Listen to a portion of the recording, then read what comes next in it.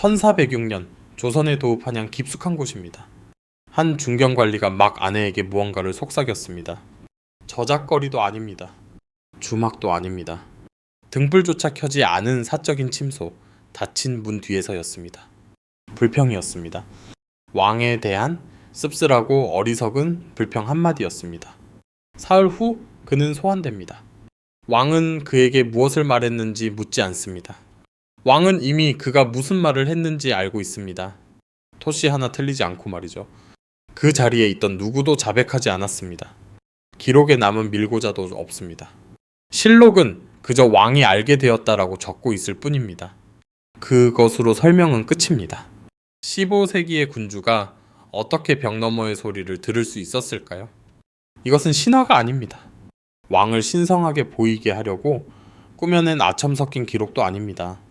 이것은 근대 이전 동아시아에서 가장 정교한 정보체계 중 하나를 설계하는데 현재 30년을 바친 한 남자의 통치 방식, 그 작동 원리입니다.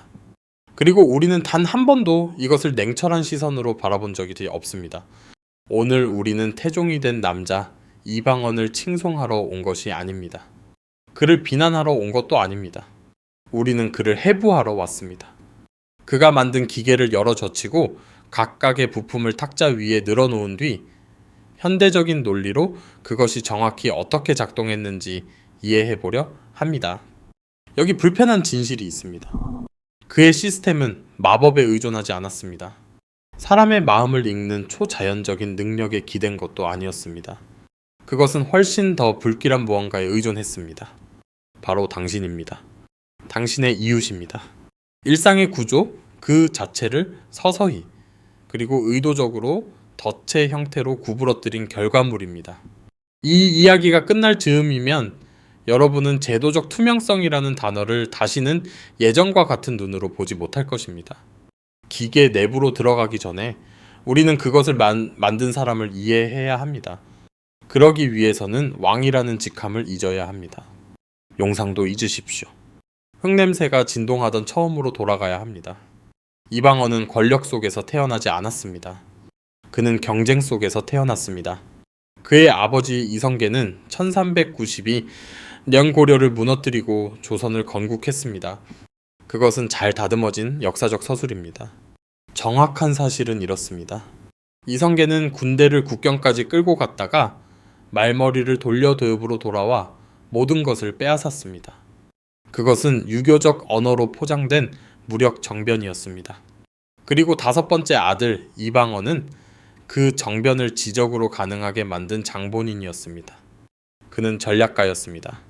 동맹을 맺었고 역성혁명에 이념적 정당성을 부여할 유학자들을 포섭했습니다. 그가 없었다면 조선도 없었을지 모릅니다. 하지만 아버지는 세자라는 자리를 다른 이에게 주었습니다. 이방원이 아니었습니다. 배달은 어린 동생이었습니다. 촌계하던 계비의 소생이었습니다. 이것이 한 남자에게 어떤 영향을 미칠지 생각해 보십시오. 유약한 남자가 아닙니다. 왕조를 끝장낼 수 있음을 이미 증명한 남자에게 말입니다. 1398년 이방원은 행동에 나섰습니다. 그는 형제들을 베었습니다. 그들의 스승들도 죽였습니다. 신속하고 은밀하게 궁궐을 수개월 동안 지켜본 사람만이 보일 수 있는 외과 수술 같은 정확성으로 해치웠습니다. 1400년 마침내 태종으로 등극했을 때 그는 자신을 둘러싼 벽을 신뢰하는 남자가 아니었습니다. 그는 벽이 어떻게 무기로 돌변하여 자신을 겨눌 수 있는지 정확히 아는 남자였습니다.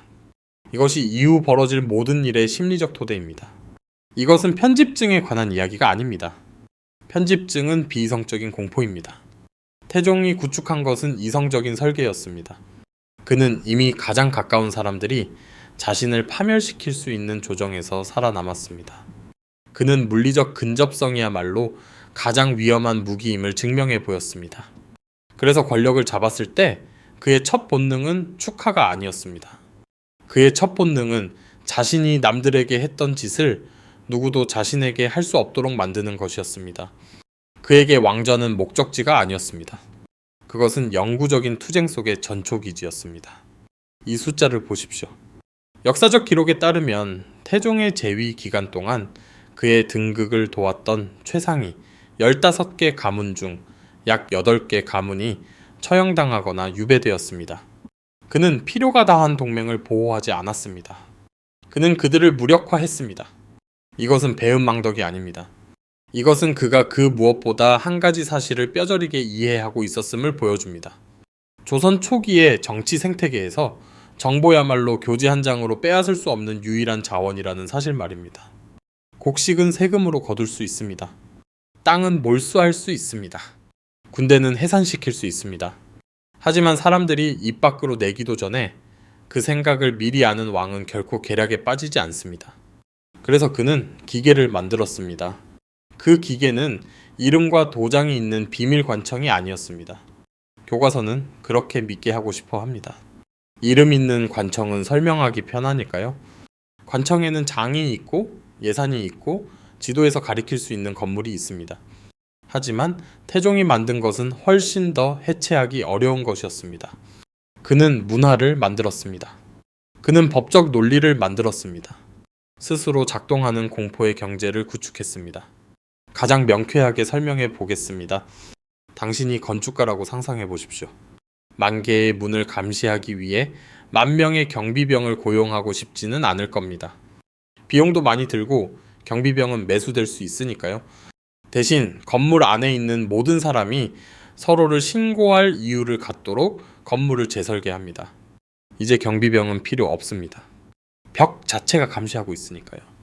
그리고 복도를 걷는 모든 사람은 본인이 동의하든 하지 않든 당신의 요원이 됩니다. 이것이 태종이 한 일입니다. 하지만 그는 건물 하나에 그치지 않았습니다. 그는 도시 전체를 그렇게 만들었습니다. 이제 우리는 그 메커니즘 내부로 들어갑니다. 한양을 매일 아침 왕에게 스스로를 보고하는 도시로 만든 실제 도구들, 법전, 제도적 장치, 그리고 물리적 기반 시설을 살펴보겠습니다. 밤부터 시작해봅시다.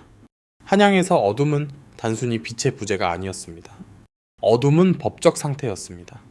도성 안에 인정 종소리가 울리면 거리에 있는 모든 백성에게는 단 하나의 의무가 주어졌습니다. 들어가라. 안에 머물러라. 파루발로 종소리가 아침을 알릴 때까지 움직이지 마라. 이것은 야간 통행 금지, 즉 야금이라 불렸습니다. 하지만 이것을 단순히 통행 금지라 부르는 것은 그물을 고작 실한 가닥이라 부르는 것과 같습니다. 야금은 분류 장치였습니다. 그것은 매일 밤 도시를 두 부류의 인간으로 나누었습니다. 복종하며 실내에 있어 통제 가능한 자들, 그리고 움직이는 자들. 어둠 속에서 움직이는 자는 누구든 정의상 흥미로운 대상이 되었습니다. 이것이 실무 수준에서 무엇을 만들어내는지 생각해 보십시오. 낮에는 도시의 모든 사람을 감시할 필요가 이제 없습니다. 양이 너무 많고 소음이 너무 큽니다. 하지만 밤이 되어 도시가 정적에 잠기면 아주 작은 움직임도 신호가 됩니다. 잘못된 창가에 켜진 등불 하나, 세 번째 종이 울린 후 열리는 문, 동특이 전 동대문 시장길을 가로지르는 두 남자.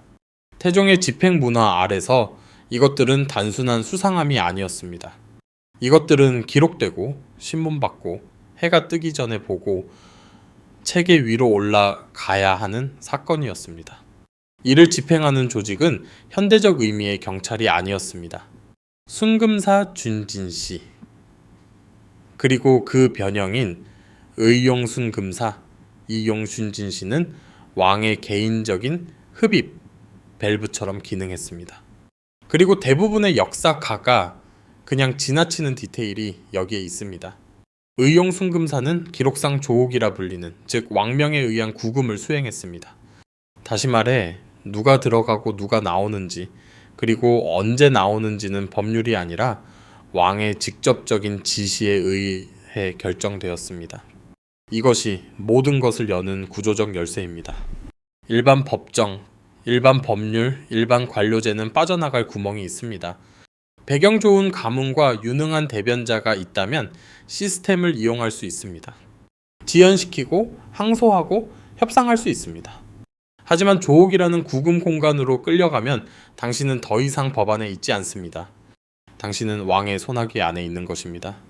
그리고 왕의 손에는 절차적 달력이 없습니다. 병조 빙처도 이 사실을 알고 있었습니다. 기록을 보면 병조가 통행금지 위반자, 심지어 태만한 경비병의 하인들까지 이 구금 공간에 몰아넣고 고의로 서류 처리를 지연시킨 사례가 나옵니다. 수감자들은 법정 구금 기간인 사흘을 넘겨 썩어가야 했습니다. 태종이 나중에 이곳에 구금될 수 있는 사람을 제한했을 때 역사가들은 이를 개혁이라고 기록했습니다. 다시 읽어보십시오. 그것은 개혁이 아니었습니다. 그것은 유지보수였습니다. 그는 좀도둑 사건들로 인해 고가치 정보 흡입 시스템이 마비되는 것을 막기 위해 막힌 파이프를 뚫어낸 것입니다. 이것이 권력의 겉모습과 권력의 실제 기능의 차이입니다. 이제 야금과 구금 시스템 위에 다음 층을 얹어봅시다. 의무적 고발.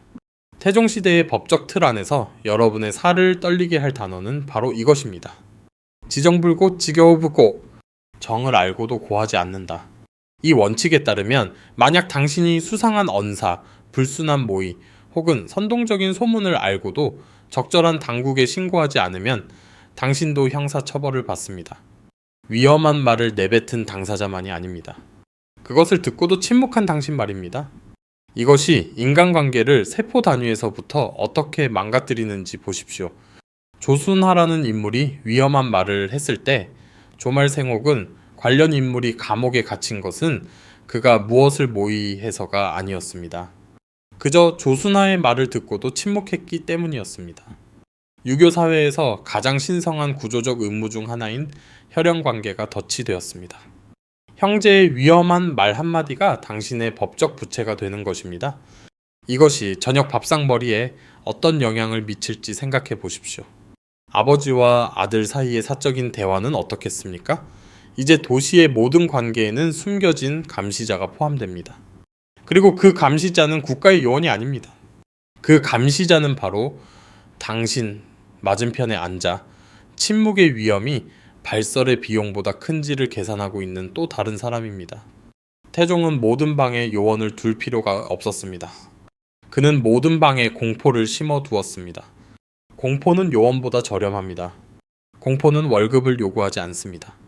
공포는 배신하지 않습니다. 하지만 진실은 더욱 어둡습니다. 공포만으로는 마비가 옵니다. 그리고 마비된 도시는 정보가 흘러야 하는 왕에게 유용하지 않습니다. 그래서 시스템에는 통로가 필요했습니다. 공포가 사람들의 입에서 끄집어낸 정보가 실제로 유용한 곳으로 이동할 통로 말입니다. 여기서 도시의 물리적 기반 시설이 감시 아키텍처로 변모합니다. 시장은 병목 지점이었습니다. 한양시장의 모든 거래는 이론적으로 규제되었습니다. 시준이라 불리는 표준 가격이 게시되었고 시장 관리들은 필요하다면 물리적 폭력을 써서라도 이를 집행했습니다. 한 남자가 쌀 2승을 저와 추고 한 장과 시준보다 낮은 비율로 교환하려다 공개적으로 매질을 당했습니다. 벌금이 아닙니다. 매질이었습니다. 이것이 경제뿐 아니라 정보에 있어 왜 중요한지 생각해 보십시오. 시장은 사람들이 모이는 곳이었습니다. 도시에서 가장 시끄럽고 사회적으로 구멍이 많은 공간이었습니다. 채소 장수는 관청서기가 불평하는 소리를 들었습니다. 주막주인은 어느 궁궐 관리가 사흘 연속 혼자 술을 마시며 불의에 대해 중얼거리는지 알고 있었습니다. 요원들은 이런 공간에서 눈에 띌 필요가 없었습니다. 그저 존재하고 인내하고 평범해 보이기만 하면 되었습니다. 야사이에르스크와 같은 비공식적 역사 기록은 이에 대해 노골적입니다. 고관대작의 집 문 근처에는 승려들이 배치되었습니다. 일부 기록에서 특정 목소리와 발걸음을 식별하도록 훈련받았다고 묘사되는 거지들이 도성의 가장 민감한 거주 구역 외벽을 훑었습니다. 주막에 잠입한 요원들 조용히 앉아 술을 사며 서기들이 스스로 실수하도록 내버려 두던 자들은 하나의 정보망을 구성할 정도로 정기적으로 활동했습니다. 이것은 공식적인 관료제를 신뢰하는 남자의 운영 방식이 아닙니다. 이것은 공식적인 채널이 가장 가치 있는 정보를 위로 올리기 전에 걸러낸다는 사실을 이해한 남자의 운영 방식입니다. 한편 이 모든 시스템의 그림자 속에서 다른 그 무엇보다 이 모든 것을 읽기 쉽게 만드는 도구가 하나 있었습니다.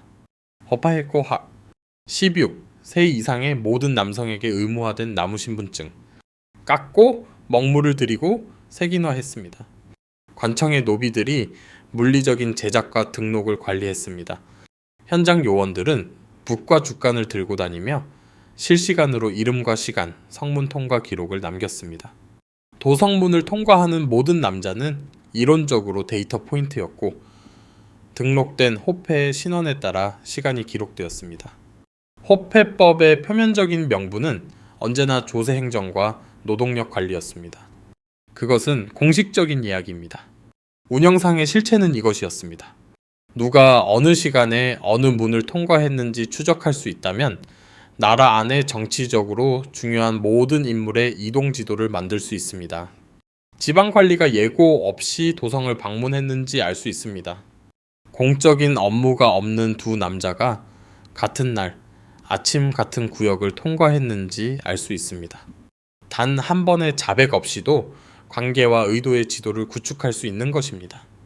이것은 원시적인 시스템이 아닙니다. 여러분이 들어본 모든 현대적 데이터 수집 체제의 개념적 조상입니다. 논리는 동일합니다. 이동을 추적하라. 패턴의 상관관계를 찾아라. 사람이 말하기 전에 데이터가 말하게 하라. 그리고 데이터가 무언가 흥미로운 곳을 가리킬 때 마지막 도구가 하나 있었습니다. 바로 방입니다. 비공식 기록들은 펠트와 겹겹이 바른 종이로 안을 댄 신문 공간을 묘사합니다. 소리를 흡수하기 위해 특별히 선택된 재료들입니다. 이 방으로 끌려온 사람은 바깥 세상의 소리를 듣지 못합니다. 다른 죄수의 소리도 듣지 못합니다. 오직 질문하는 자의 목소리와 침묵이 길어질수록 커지는 자신의 거친 숨소리만 들릴 뿐입니다. 불도 칼도 없습니다. 그저 고립이라는 구조가 자신의 집안 사람 중 누군가가 당국에 이름을 넘겼을지도 모른다는 의심을 이미 품고 있는 정신을 짓누를 뿐입니다.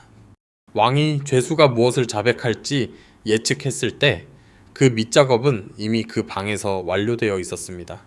이것이 실록이 알게 되었다라는 문구로 묘사한 것입니다. 신성한 청력이 아닙니다. 초자연적인 직관도 아닙니다. 자신이 기계의 부품인 줄도 모르는 평범한 사람들의 몸과 공포를 통해 밤낮으로 쉼 없이 돌아가는 주변 데이터 수집, 법적 강제, 물리적 인프라, 그리고 심리적 압박의 산업적 규모의 시스템이었습니다. 현대의 거울 앞에 서기 전에 우리는 하나의 구체적인 작전을 살펴봐야 합니다. 추상적인 시스템은 무시하기 쉽기 때문입니다. 구체적인 사례는 기계를 실감나게 만듭니다. 1406년입니다. 서로옥은 설현라는 승려가 한양 도성으로 도망쳐 의안대군 이화의 집으로 사라집니다. 왕의 친족입니다. 합리적인 사회적 논리라면 그의 집안은 웬만한 감시의 눈길은 피할 수 있어야 했습니다. 하지만 피할 수 없었습니다. 그 승려의 제자 해정이라는 자가 이미 문서를 하나 유포하고 있었습니다. 가무세오 진주 예언서입니다. 이것은 조선 초기 가장 위험한 종류의 정치적 선전물이었습니다. 공식적인 고발의 언어 밖에서 작동하기 때문입니다. 예언은 왕이 틀렸다고 말하지 않습니다. 하늘이 이미 다른 것을 결정했다고 말합니다. 뽑을 수 없는 의문을 심는 것입니다. 해정이 유포하던 텍스트는 새로운 나라를 세울 승려 왕을 묘사했습니다. 또한 태종의 최측근인 하륜과 안노생에 대한 구체적인 위협도 담고 있었다고 합니다. 이제 기계가 이것을 어떻게 처리하는지 보십시오.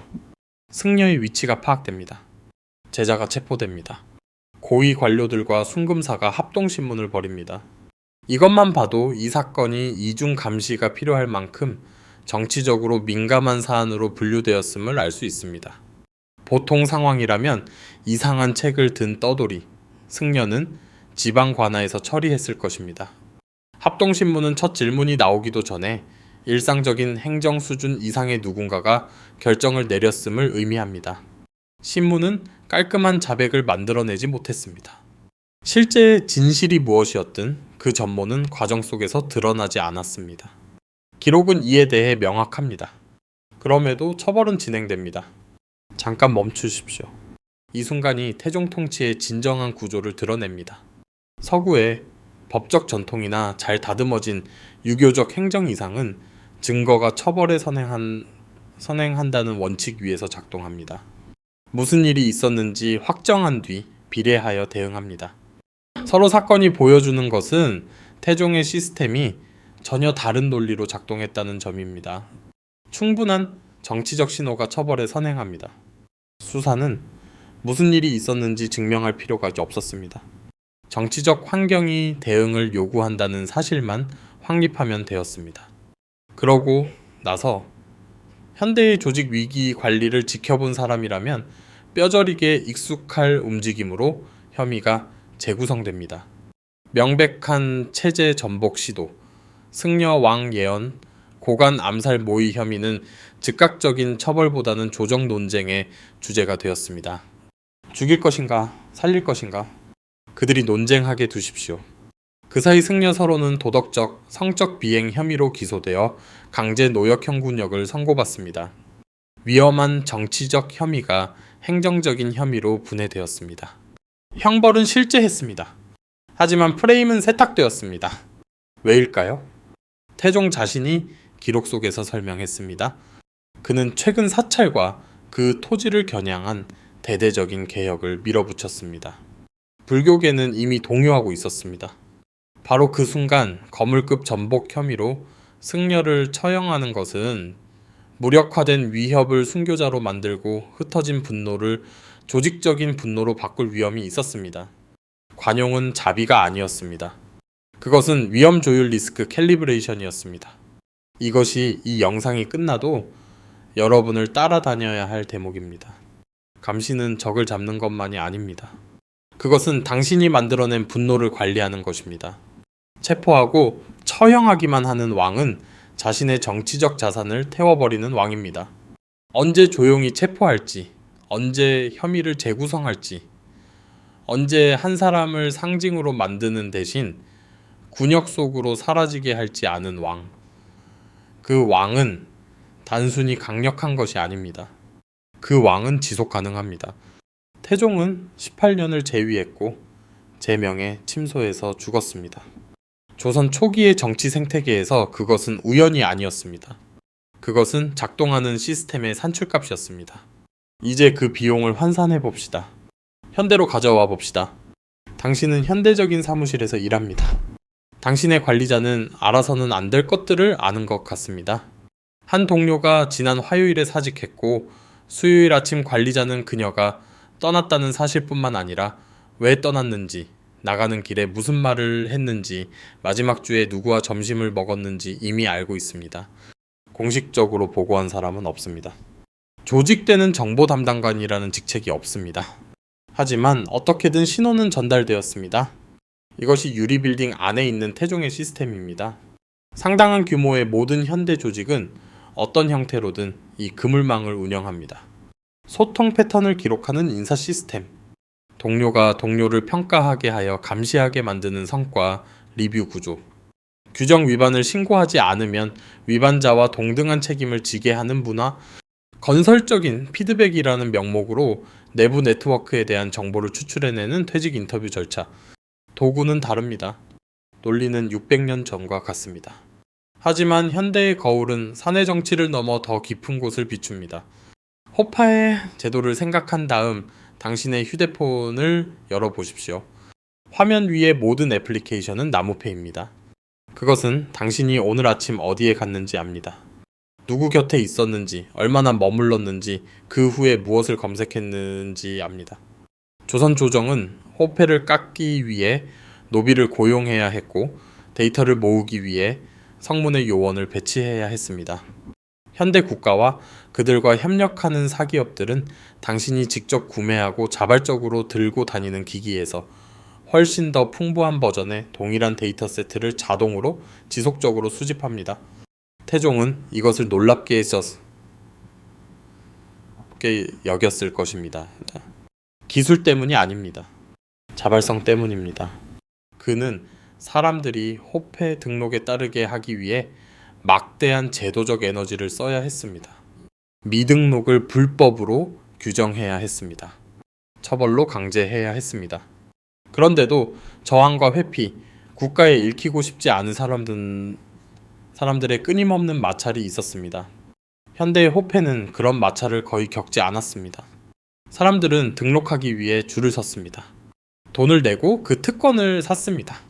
자발적으로 정보를 갱신하고 인터페이스가 느리다며 불평합니다. 이것이 감시와 편의의 관계에 대해 무엇을 말해주는지 생각해 보십시오. 태종은 강제성을 구조에 넣어야 했습니다. 백성들은 적어도 본능적으로는 기록된다는 것이 무엇을 의미하는지 알았기 때문입니다. 우리는 똑같은 구조를 서비스로 받았습니다. 그리고 그 서비스가 편리하기 때문에 받아들였습니다. 이것은 비판이 아닙니다. 권력 구조 내부의 사람들이 조선에 대해 한 줄도 읽지 않았더라도 권력이 어떻게 자신의 역사로부터 배우는지에 대한 관찰입니다. 이제 의무적 고발 원칙, 지정불고를 보십시오. 알고도 보고하지 않는 것 자체가 위반입니다.